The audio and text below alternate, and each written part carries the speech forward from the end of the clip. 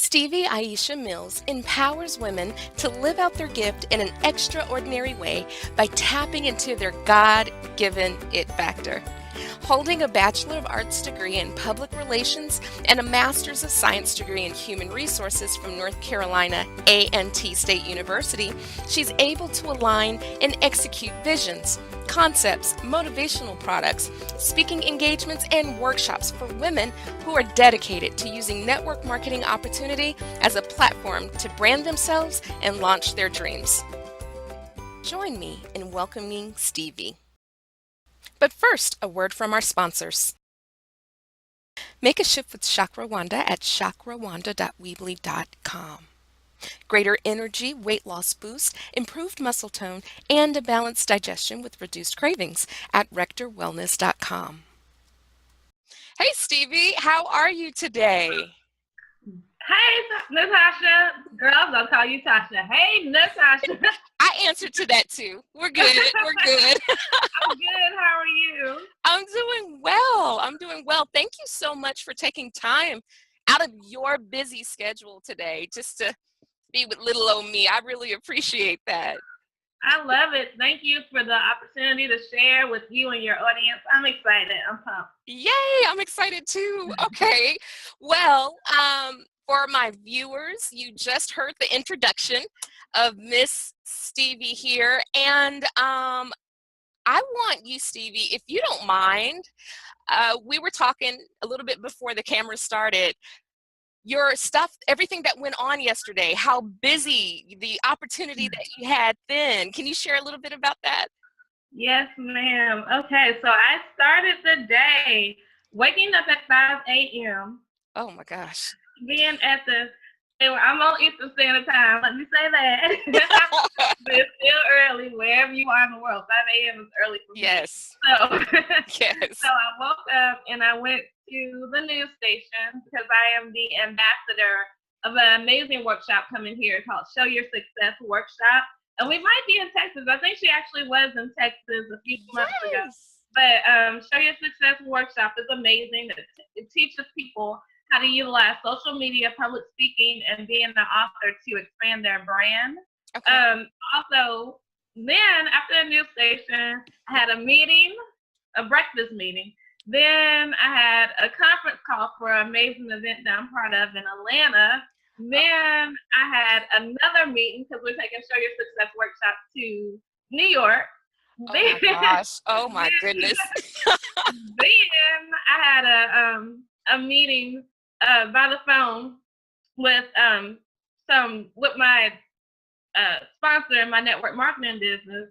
Then I had what else? A call with I'm on special events committee at my church. We have a big dance, father-daughter dance we're planning. So I had that.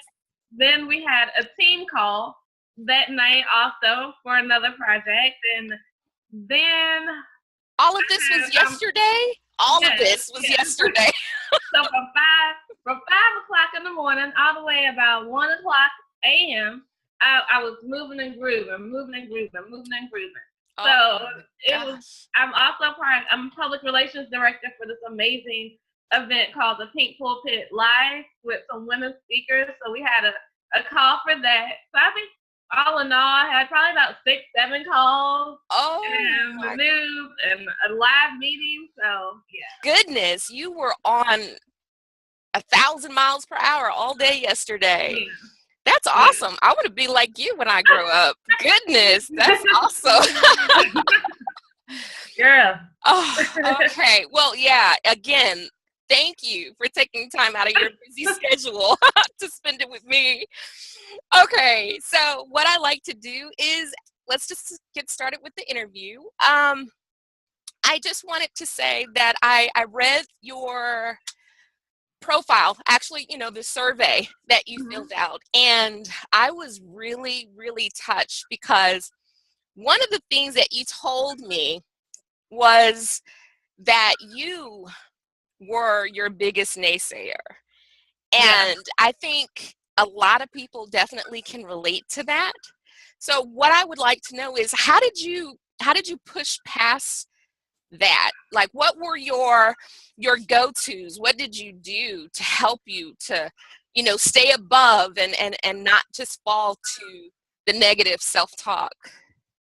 Wow. Okay. I was the girl, like I always tell people, I was the girl who went from kindergarten to grad school. And so the next logical thing for me was to get a job, right? So Right. I got a job, and the first job that I got right out of grad school was amazing. I loved it, actually. I got to work from home. I got to create the curriculum for the program. I worked for a dynamic nonprofit.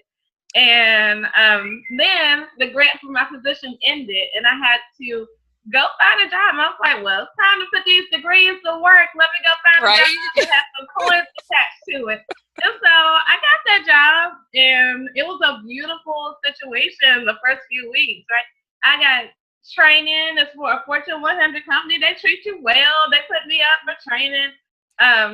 By Raleigh, North Carolina. They put me up for training, and it was like you get the per diem and all these great perks, and get to sit in classroom and learn things I love.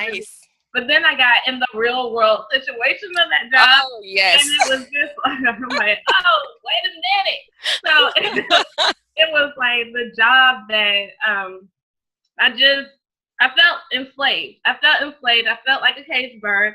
I didn't know why. And now, like these years later, I understand why. It's because for most of my life, my parents are very free-spirited. My dad is a musician, and he's been a musician for 30-something years, hence my name, Stevie Aisha, Stevie Wonder, and then Aisha, Stevie Wonder's daughter. Love it. So I came from that, and then I went to school.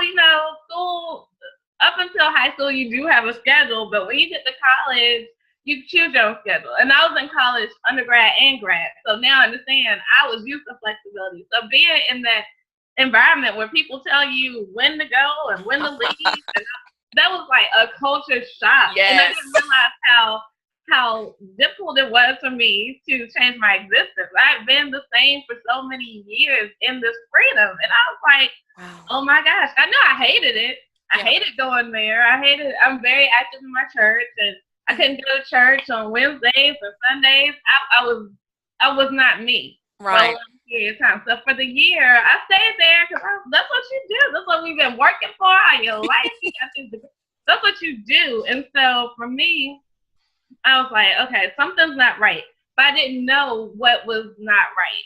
Yeah. And I got to the point in the story of my life where it was like, I can't do this anymore. I cannot do this anymore. I don't know why. And I ended up leaving that job. But that was the scariest thing in my life. That was scary because that was the epitome of what I've been working for all my life. So it was scary for me. And I called a lot of people who I really trusted in my family and who I grew from in my family. And my parents, my family, they were ultra supportive. But I was scared because I'm like, what do you do? I don't know. I always say I fell into entrepreneurship. Yes. That was not on my path. I'm supposed to be in New York doing PR. That was on my path. Right. So after I left that job, I actually ended up very, very sick. I was stressed out. I went through 3 colonoscopies within a 30-day period, 2 within 24 hours. I had to, I went from a size 14 to a size 0, and I got shingles. And so that's how much stress was in my life. And I didn't know that emotional stress. So I had never stressed out. But my doctor was like, at my age then, she was like, Stevie, shingles is a direct result of stress. High stress, not just a little bit stress. So I realized then what was going on, and it was crazy. So I think for me, the moment of me being I have a terrific family, thank God. Yes. I don't have any stories of like my mama did this, my daddy did this. I had to come to terms with some things like from my dad because he was in my life, but not really. And I got you. I knew him and all that great stuff, but for me, my biggest thing was Stevie had to get out of Stevie's way. And Stevie is still doing that to this day because every time it's like all this expansion coming, I'm like, Lord, how is this working out? But I had to take the step and say, you can do this. And 7 years later, I'm still doing it, and I'm still taking the steps. I'm still getting out of my own way. Yes. Wow. That's really, I really love that story because I don't think people really realize that sometimes we inflict stress on our bodies, on our emotional, you know, our emotions, that you get sick. Stress does kill. And I think a lot of entrepreneurs can definitely relate to you, because when you are trying to fit this mold, right? And you have an entrepreneurial spirit, and if you have this and you're trying to fit this cookie mold of going to school, all right, getting good grades, graduating high school, going to school, getting good grades, get the job. And I think people who have that spirit within them, it can affect them negatively, because you're like, I'm not feeling this. I feel trapped. I don't feel like I can express myself the way that I want to, because I actually had something similar. You know, my mom and my dad, they brought me up. If I did something wrong, I got a whooping. I had to get my own switch or the belt. You know what I mean? But it's like, the way that they taught me was, you go to school, get a good job, get married, have kids. And I just knew I didn't like the sound of that. You know what I mean? I was like, that doesn't sound fun. That doesn't sound fun. And so I went to school, did not go to college, right? And then met a guy. We know the story. But I got married, had my child, and the rest is history. But when I was starting at new jobs, I found that I felt just stress. Mm-hmm. I would tell my mom, "Ma, this doesn't feel right. I think people are talking about me. I don't think my boss likes me. I'm doing everything I'm supposed to do. I don't like to sit with them at lunchtime because they just gossip." And it was like that for every single job that I had. And I didn't understand it, so I put that stress on me because I'm doing what I'm supposed to do. You know what I mean? But I think with creative spirits who are entrepreneurs, when they try to fill that mold, they definitely make things worse. And I think a lot of times we just do it to, because that's what was done before us, or we're wanting to make our parents proud of us. And sometimes it just doesn't work out that way. What I wanted to know was, with what you're doing now, okay, was this, I mean, I know that you have free-spirited parents, and, I think that's pretty cool how you got your name too, by the way. Thank you. You're welcome. Do you think that with what you're doing right now was what your parents really wanted you to do? Do you think that you started to live your life based off of their expectations? That's a great question. That's a deep question. I think that I imposed my expectations within their expectations.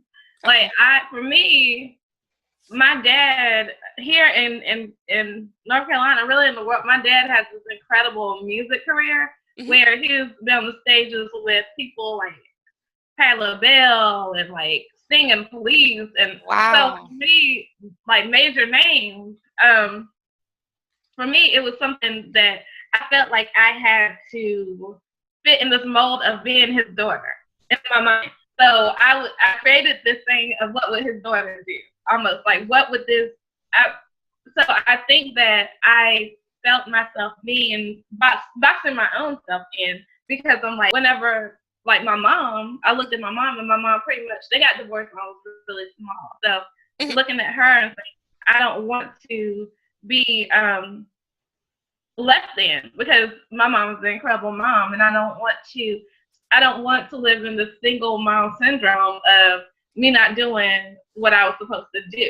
Right. So even one of the stories I could share real quick is, even in college, I was going to have to graduate a semester late or some other time, because I was never great at math and science at all. Me Those neither. are my and Yeah. so I kept on getting not great grades, and you have to get a certain amount of GPA to Uh-huh. pass. And so for me, I hustled my tail off with my last semester in school to graduate in 4 years so that I don't have to go home and tell my mom I didn't do it. So Yeah. for me, I took 21 credit hours my last semester, which I had to get permission to do. And I also did an internship with 125 hours, like work clock hours. Wow. So for me, like I had to push past and say, I am going to do these things because I never wanted my parents to be disappointed. And I was raised my mom's only child. My dad has remarried and he has another daughter and then some stepdaughters. Hmm. But for me, I was like, this is what I gotta do. So I've always been a quote unquote top achiever, high achiever, quote unquote go getter. So in my mind, it wasn't so much that they put these things on me. It was in my mind that this is the mode that I thought so that they could be happier. So this person could be happier, that person could be happy.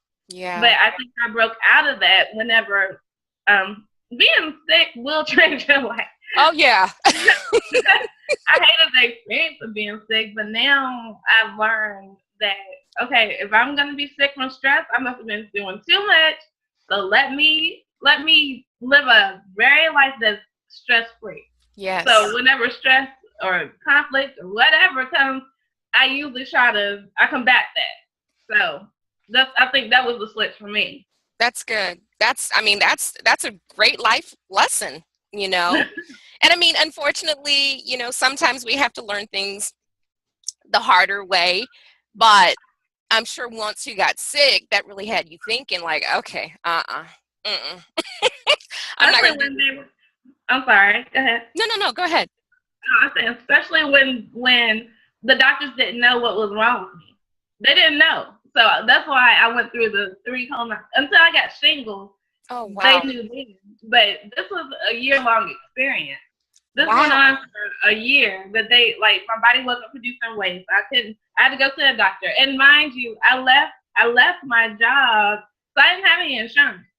So my mom then took on a second job then to help me with household expenses. Like it was Mm, so this was a turbulent time. And it yeah. was like coming out of that and not knowing whether I was gonna live or die and just not knowing like what was gonna happen when this was gonna and it that shifted me. Yeah. Yeah, absolutely. Well, let me ask you this. I got actually this question, and then I have one last question afterward.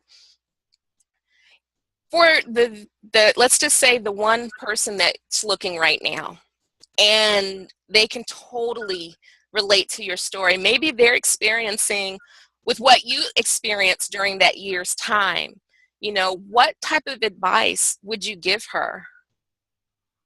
I would say really, I mean, I feel like we all know when we're not living our lives to where first of all God wants us to live it. Right. Second of all, where we want to live it. I think we all know. Like during that time, I knew I hated this job. I was scared to leave. I mean, I had like a major salary. It was major for me at that time. Mhm. I was like, and that was the first big girl job with the big girl making Right. all the check and back some the insurance, the 401k. Like what? Yes. So whenever that came, I was like, I did it, and this was the epitome, and I could see this as a launching pad for the rest of my dreams. I'm like, I'll stay in this position, but I could see myself moving and elevating with the company, Mhm. and so it's like but the essence of that is I knew that it wasn't the right fit for me, but I was scared. So I think what I would say to that woman is believe God. Yes. Believe God more than you believe yourself, because we don't know. We don't know in our infinite wisdom, Yes. and especially I know the people who are custom design assigned to me are normally go getters. Mhm. So I recently put this meme up. I said, they call me a go-getter. I'd rather be a God-getter. And so when you're a go-getter, it's very hard to trust God. And I believe in God, but the trust because a lot of what you Yes. can do inside of your own ability, which we can't really do anything with inside of our own ability, we can't even get up and breathe or anything, Right. but we believe that we can. So we can. I have a whole litany of accomplishments, and I have, like, yesterday is just an example. That's I can do that, and Right. so it's Right. like when you're a go-getter, just know that God knows better than you, and rely on Him and trust Him. And if He says move, don't be afraid. Move and make it happen, and Yes. move quickly. Don't vacillate. We don't know what time we have, and you don't want to go through a purpose in your life that's unfulfilled. You don't want to. Now, I would say my worst day is being an entrepreneur or working for whatever title is can't beat my best. Can always beat my best day on my job, because Yes. for me that was not a great experience. And one thing that I want to say, because this might inspire somebody too, especially leaders, people who are custom design assigned to create greatness in other people. Mhm. I told somebody yesterday that I would listen to Lettucey every Yes. day, all day. She had a song called All Right. And so that was Yes. my song that I would listen to. And when I met Lettucey, I told her, I said, thank you. Thank you so much for what you did with the song. I said, even through all the stuff, because there was some stuff that she went through to get where she is, but even through Yes. that, you kept it moving and kept it going, and that blessed my life. So that is, that is what excites me, because I know that there are people who are custom design assigned to me who might read my book, or who might go through an audio course, or might see a video, or might see, just rub off on the energy that's inside me. Yes. It's people who are doing that. So I can't quit. I don't have the power inside of me to quit, because until God has me leave this earth, I can't, because somebody else is, their life depends on it. And That's that's right. true. I love that. Oh my God. I absolutely love that. And you're right, because I believe that God allows us to experience certain things, good, and the things that we consider to be bad, not just for us. My mom always told me, you never know, but someone is always watching you. Whether it's online, whether it's your neighbor, whether you're at the grocery store, whether you're driving, people are looking at you, seeing how you react to certain situations. um yeah, I love that, and I love Lettucey too. And All Right stays in my car. I love that song, All Right. If I could sing, I would sing a little bit different, but I'm not gonna do that. I love that. I love it. Yes. Wow, that's awesome. That is really awesome. And I know that the viewers watching this right now is definitely going to be blessed from that message, because I felt it. I really felt your energy, your passion behind that. Um, okay, the last question is, when you decided that it was time to do your thing, to break away from the corporate world, I wanted to know, I know it takes time. Anytime you start a new business, I know it takes time. You got to, figure out who your ideal tribe is. You got to figure out where they located. You got to figure out a whole bunch of stuff. But what I want to know is, at that particular moment when you finally start building that momentum, I want to know, what was that marketing technique that actually helped you to break out of the mold and actually be seen? Awesome. I love that question. For me, it was truly about giving myself permission to become magnetically attractive. And in that was me really rocking my it factor. And the definition of the it factor is living out your God-given gift. So for me, that was telling my truth about the things, like when I left my job and whatnot, all peaches and cream, that direct deposit ain't coming no more. No. So, living out of, like, the truth of the money could be funny, the change could be strange some days, and living out of the truth of creating, like, who I was and the greatness. And I'm still working on sharing the great things. That's why I try to share very much. But my tribe, whoever your tribe is going to find you, pick you out by what you say. And one of the game changers, a tangible game changer, was my book. And when I wrote my book, it solidified a lot. And so for me, someone asked me about how the book has shifted my life, and I always say it helped to create a platform. A lot of people will seek out a book before they seek out anything else. If I say I'm a book and show the beautiful colors and the message behind the it factor, a lot of people will come. And I always say I'm excited that it was a collaboration book, because not only don't buy the book for my chapter, buy it for the 13 other amazing women in the book, because you have 13 perspectives on different topics that change lives. And I think that was a game changer because of the fact that books, if you think about it, from the time we were little, where do we get all our information that we believe in? We get it from a book, whether it's textbook, dictionary. My mama used to say, if you don't know this word, look it up. She wouldn't tell me the words. I'm always in the dictionary. Yes. So you get it from a book. So when I created my book and published it, it was a game changer. It really was.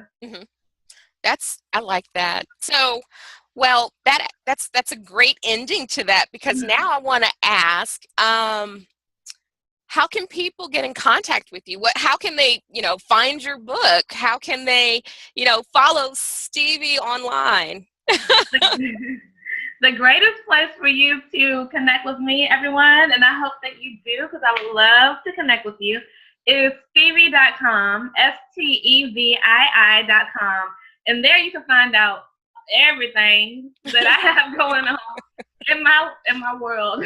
Nice. That will tell you how to get to my social media, how to get on my list, all those things. So I am very, like Lucinda Cross says, I'm Googleicious. I like that. Thank you so very much for being my guest. We've only known each other for a very short time, but from the posts and the things that I see that you do online, I mean, I love it.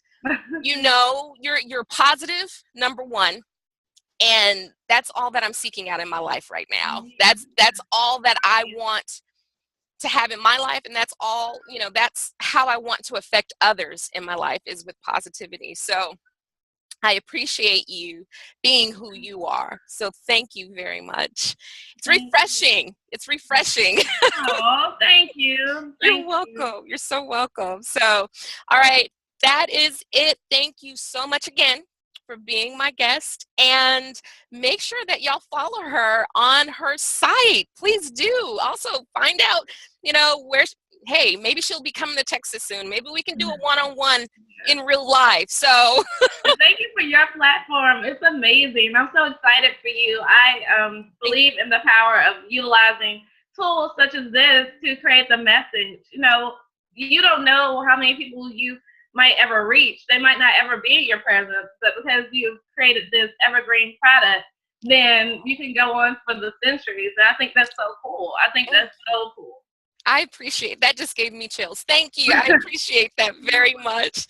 Okay, well, thank you, everybody, and I will see you next week. Healing begins when we make a conscious shift to do so. Make a shift with Chakra Wanda at chakrawanda.weebly.com. Greater energy, weight loss boost, improved muscle tone, and a balanced digestion with reduced cravings at rectorwellness.com.